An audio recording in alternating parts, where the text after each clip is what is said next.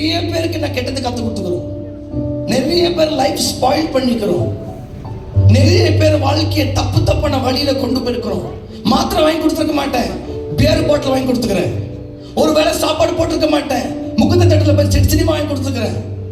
We have never done good things, but we are always spoiled people by giving them drinks. குடி குடி குடின்னு சொல்லி நம்ம எல்லாருமே இந்த இளநீர் we are like this tender coconut. இன்னைக்கு எல்லாம் ரொம்ப கை கும்பிட்டு கேட்கிறேன், தயவு செய்து இந்த உலகத்தில் பாவத்தை விட்டு வெளியே வா. இந்த கிறிஸ்துமஸ் மாதத்துல என்னையா சரி, இயேசு பிறந்தார் உண்மை. இயேசு எங்க இருக்கிறாரு? எந்த பக்கத்துல இருக்கிறார்? அங்க இருக்கிறார் இல்ல. Jesus want to come into your heart. 21 years, 21 வயசுல எங்க அம்மா ரட்சிக்கப்பட்டாங்க, எங்க அக்கா எல்லாம் ரட்சிக்கப்பட்டாங்க. நான் மட்டும் தான் ரட்சிக்கப்படல. எனக்கு இயேசு பிடிக்காது, எனக்கு கிறிஸ்டியன்ஸ்னா பிடிக்காது. ஏன்னா கிறிஸ்டியன்ஸ் ஒரு மாதிரி வாழ்ந்தாங்க. பார்த்தீங்களா? உண்மை தானே. நம்ம பேசுறது ஒன்று, செய்யறது ஒன்று. அவங்க எப்படியா இயேசு ஏற்றுக்குவாங்க?